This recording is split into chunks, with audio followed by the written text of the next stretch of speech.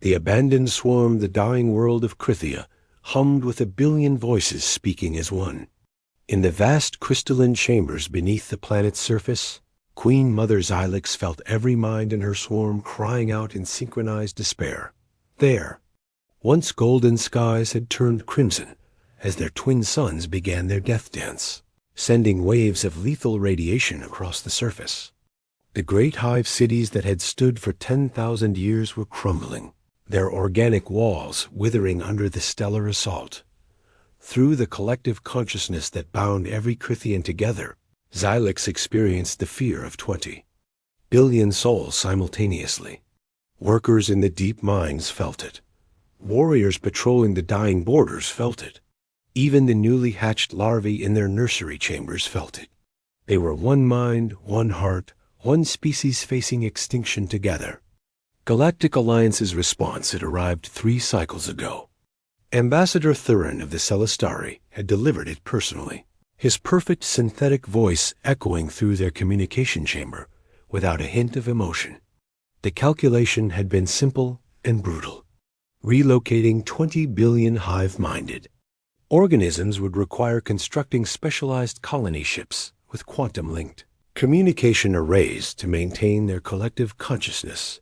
The cost exceeded the economic value the Krithians could provide to Alliance worlds. Their request for evacuation assistance was formally denied. When pressed about the moral implications of letting an entire sentient species die, Ambassador Thurin had responded with cold logic. The Krithians' hive mind made them incompatible with standard Alliance integration protocols. Individual rights and freedoms, the cornerstone of Alliance law, meant nothing to beings who thought as one. They were an evolutionary dead end, a relic of a more primitive time when collective survival trumped individual achievement. The Alliance ships had departed within hours of delivering their verdict, leaving behind only automated probes to document the extinction for their xenobiology archives. 20 billion voices cried out as one, and the galaxy's most advanced civilizations chose not to listen. That was when the small, unremarkable ship appeared at the edge of their system. It wasn't sleek like Alliance vessels, or imposing like hegemony warships. The USS Pioneer looked almost primitive by galactic standards, held together by determination and creative engineering rather than advanced technology. Its captain, Marcus Rivera, sent a simple message that changed everything. "This is Captain Rivera of the Earthship Pioneer. We heard your distress call. We're here to help." The words echoed through the hive mind, causing confusion and wonder in equal measure. Humans were newcomers to the galactic stage, barely 50 years into their first tentative steps among the stars. They possessed neither the resources of the Alliance nor the military might of other major powers. Yet here they were, offering help when no one else would. Queen Mother Xylix interfaced directly with the human captain through their communication array, her compound eyes studying this strange, bipedal creature on the screen. Marcus Rivera was unremarkable by most standards, bearing the scars and weathered features of someone who had spent decades in deep space. His brown eyes held something the Alliance representatives had lacked entirely: compassion. "Your message," sighed 20 billion lives, Rivera said without preamble. "That's a lot of people to move. Our ship can maybe take 1,000 at most, but we're not leaving anyone behind if we can help it." Through the collective, Xylix felt her entire species recoil at the concept. 1,000 individuals separated from the whole would not survive. The isolation would drive them mad within days, their minds fragmenting without the constant connection to their brothers and sisters. She tried to explain this to the human captain, describing how Krithian consciousness worked like a vast neural network, where each individual was both a separate being and part of a greater whole. Rivera listened carefully, asking questions that showed genuine interest rather than clinical detachment. His science officer, Dr. Amara Singh, joined the conversation, her dark eyes bright with fascination as she learned about their quantum-entangled nervous systems. The ship's engineer, A gruff Russian named Nikolai Volkov started sketching solutions on his datapad before anyone asked him to. "So you're saying if we separate you, you die?" Rivera summarized after an hour of discussion. "Then we don't separate you. We find another way." The simplicity of the statement stunned the collective. The Alliance had dismissed them because their nature didn't fit standard evacuation protocols. These humans simply decided to change the protocols. Over the following days, the Pioneer's crew worked with an intensity that amazed the Crithians. They didn't have advanced quantum communication technology, but they had something else: stubborn creativity. Dr. Singh discovered that Crithian biosignatures could piggyback on standard subspace transmissions. Engineer Volkov began retrofitting cargo bays with electromagnetic field generators that could maintain hive connections over short distances. Communications specialist James Park started broadcasting humanity's request for assistance to every human vessel within 50 light years. Response was remarkable. Cargo haulers diverted from trade routes. Mining vessels abandoned profitable asteroid fields. Research ships interrupted important studies. None had orders from Earth's government. They came because other humans asked for help, and because 20 billion lives hung in the balance dot as more human ships arrived. Queen Mother Xylix noticed something extraordinary happening. The humans were forming their own kind of collective, not through biological imperative, but through shared purpose. They argued constantly, disagreeing about methods and priorities, yet somehow these disagreements led to better solutions. Where? The hive mind achieved harmony through unity. Humans achieved it through diversity. Captain Rivera explained it during one of their planning sessions. We're individuals, sure. We think our own thoughts, make our own choices. But when something bigger than ourselves comes along, we can work together. Not because we have to, but because we choose to.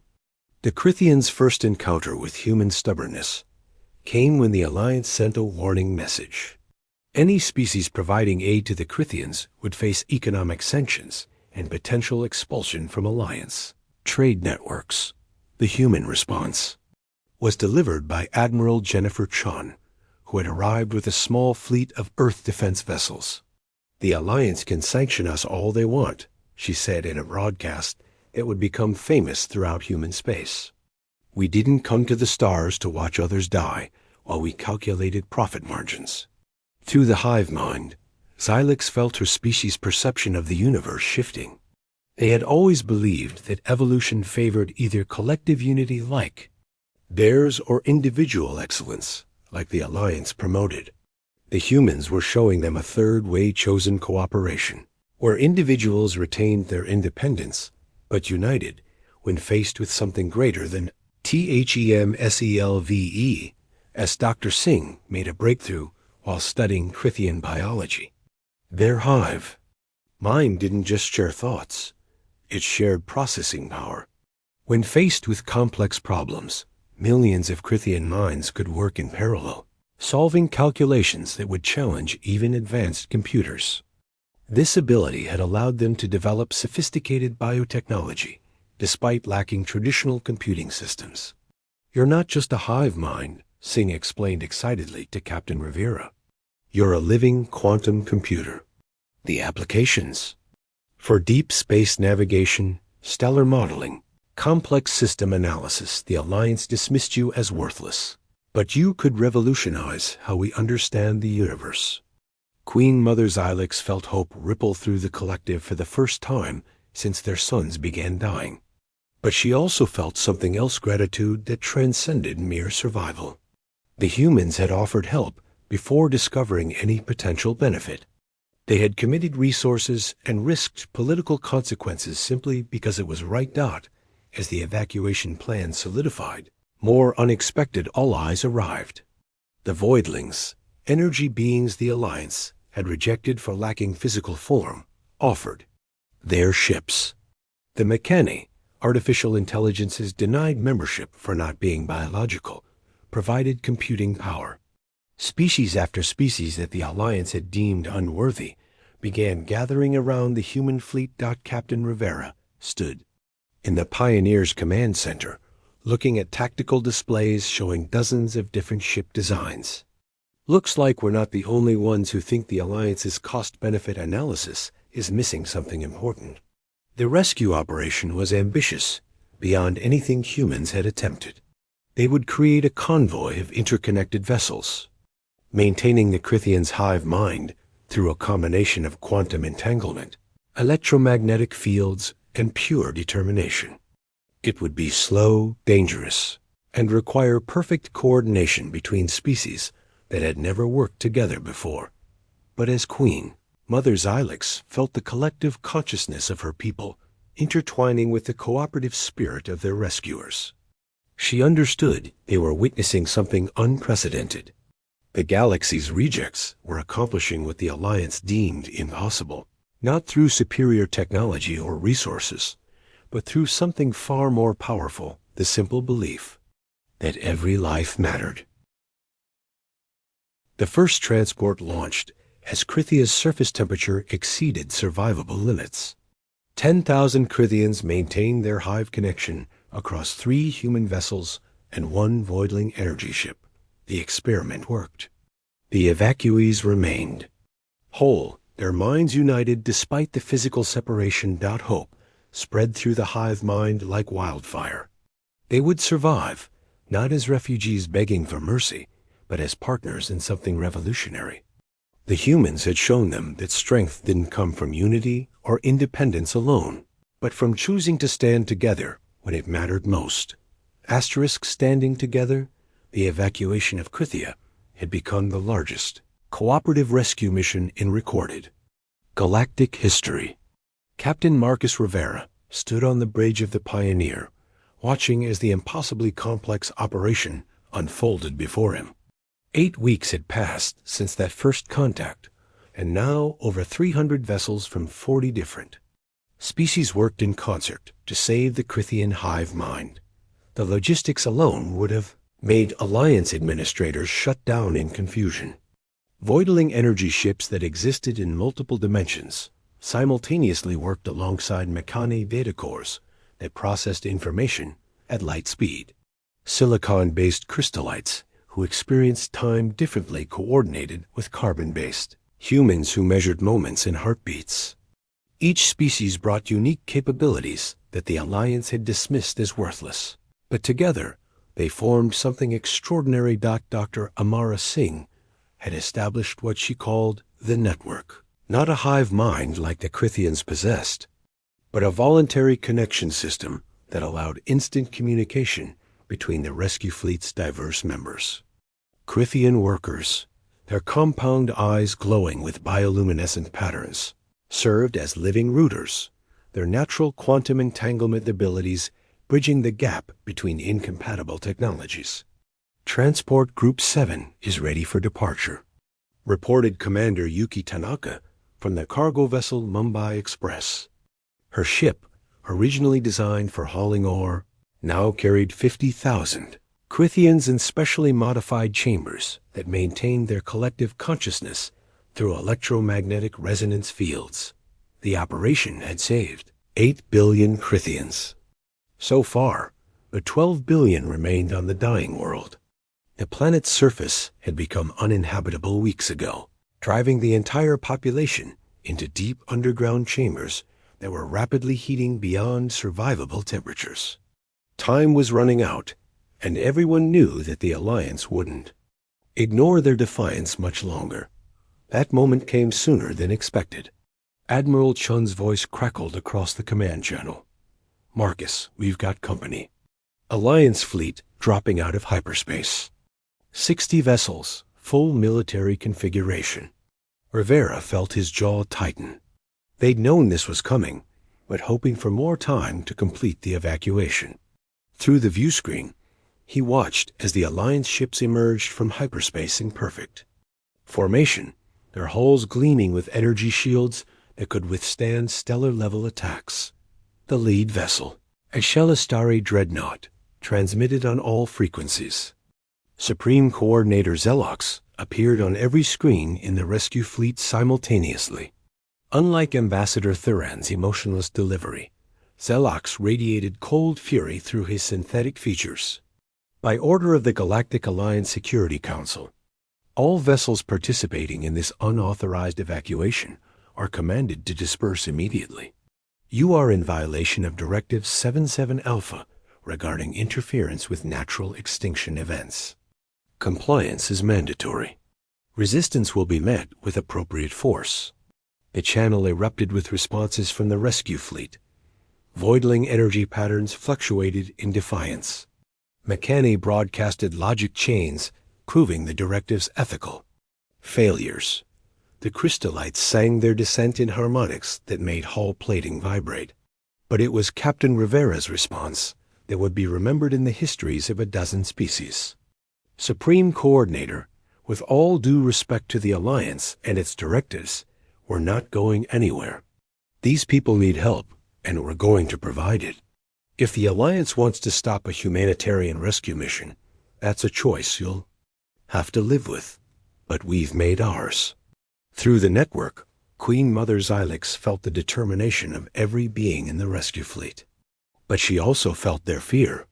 The Alliance's military might was legendary. Their weapons could shatter moons.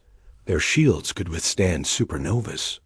The rescue fleet, cobbled together from merchant vessels and obsolete military ships, stood. No chance in direct combat. That's when the Crithians revealed their secret. Captain Rivera, Xylix transmitted through the network, her mental voice reaching every allied ship simultaneously. My people have not been idle during this rescue. We have been analyzing, calculating, understanding. The hive mind has been working on a problem with 20 billion processors running in parallel. We have found something. On every tactical display, new information began appearing. The Crithian Collective had been observing Alliance technology. For weeks, their combined intelligence dissecting energy patterns, shield harmonics, and weapon signatures. They had found not weaknesses, but something far more valuable: understanding. The Alliance's strength comes from standardization, Xylix explained as her people shared their discoveries. Every ship uses the same shield frequency. Every weapon operates on identical principles. They achieved military dominance through perfect uniformity. But uniformity has a fatal flaw. Dr. Singh gasped as she understood the implications. If you know one ship's complete specifications, you know them all. And with that knowledge, we can predict every action, counter every strategy, neutralize every advantage, Xylix finished. Not through force, but through perfect anticipation. The hive mind can process their battle strategies faster than they can implement them. The rescue fleet's diverse nature, which the Alliance saw as chaos, suddenly became their greatest strength. Voidling phase shift technology operated outside Alliance parameters. Meccani viral programming could adapt faster than standardized firewalls. Human creativity could devise solutions that no protocol could anticipate. Supreme Coordinator Xelox must have sensed the shift in dynamics. His next transmission carried a different tone, less commanding, more cautious. You are making a grave error. The Alliance maintains order across 10,000 worlds. Would you really risk that stability for one dying species? This time, it was Admiral Chun who responded. Coordinator, you're asking the wrong question. It's not about risk versus stability. It's about what kind of galaxy we want to live in. One where species are valued only for their economic output, or one where life itself has inherent worth. The standoff stretched for hours. Neither fleet fired, but neither backed down. During this tense period, the evacuation continued. Transport after transport lifted off from Crithia's underground chambers, each one carrying hundreds of thousands of Crithians, whose minds remained linked through the improvised network. Then came an unexpected development. Signals appeared on long-range sensors, not Alliance vessels, but something else. Ships from worlds across the galaxy, species that had remained neutral, were arriving at the edge of the system. They didn't join either fleet, but positioned themselves as witnesses. Among them was a vessel Rivera recognized, the Wanderer, flagship of the ancient gathering, a coalition of the galaxy's oldest spacefaring species who rarely involved themselves in current affairs. Their presence meant this moment would be remembered, recorded, and judged by history itself. Elder Vash of the Eternals, a species that had achieved virtual immortality through consciousness transfer, transmitted to both fleets. We have watched the Alliance bring order to chaos. We have also watched them define worth by utility alone. Today, we witness something new: species, once divided by the Alliance's judgment, standing united by choice. Proceed as you will, but know that the galaxy watches. The pressure on Supreme Coordinator Xelox was visible even through his synthetic features. The Alliance's authority rested on the perception of moral superiority as much as military might. Attacking a humanitarian mission in full view of the galaxy's elder species would shatter that carefully maintained image. But the Crithians weren't finished with their revelations. Through the network, Xylex shared something her people had discovered in their parallel processing of galactic history. We have found patterns in Alliance decisions over the past 1,000 years. Species rejected for membership, trade routes, mysteriously redirected, colonies that failed despite optimal conditions. The Alliance hasn't just been maintaining order, they've been deliberately preventing certain species from advancing. The data flooded through the network, and Dr. Singh worked with Makani processors to verify it. The conclusion was undeniable. The Alliance had been systematically suppressing species that didn't fit their narrow definition of worthy, ensuring they remained dependent or extinct. My God, Admiral Chon breathed. It's not about economics or efficiency. It's about control.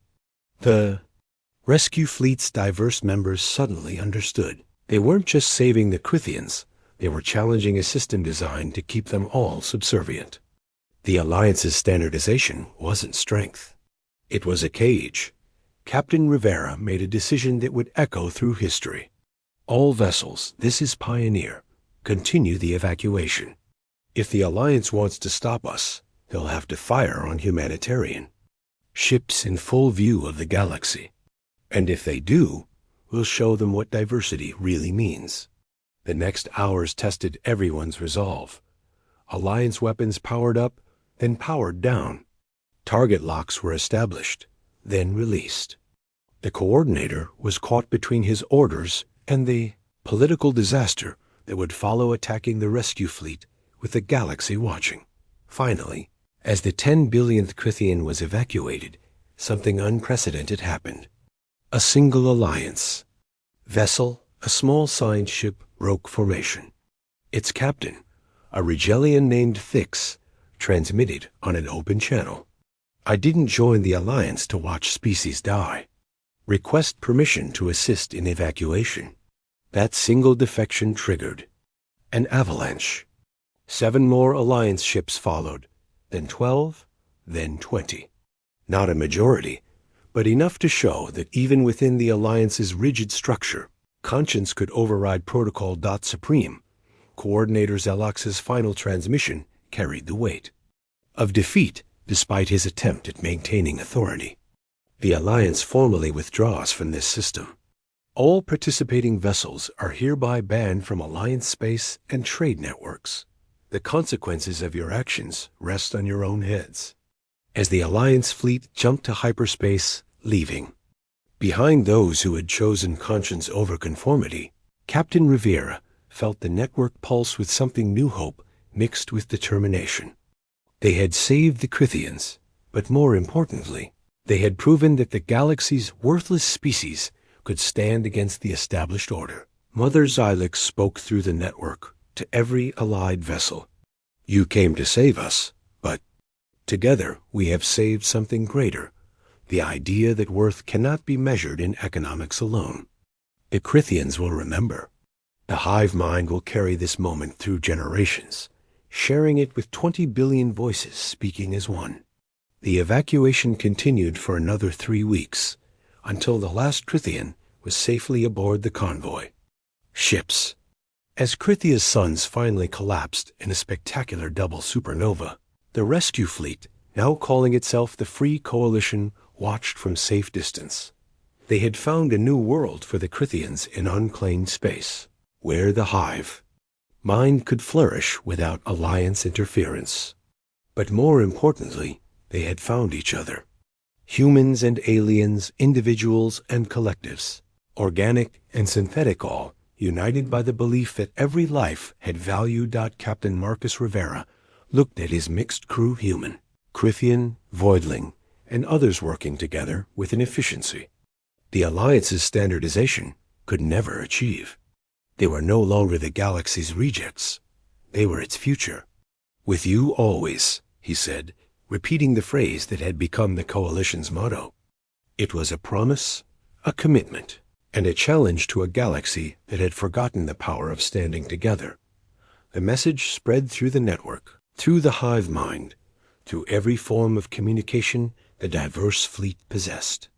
20 billion Crithian voices responded in unison, their bioluminescent patterns visible through every port and view screen. "With you always,"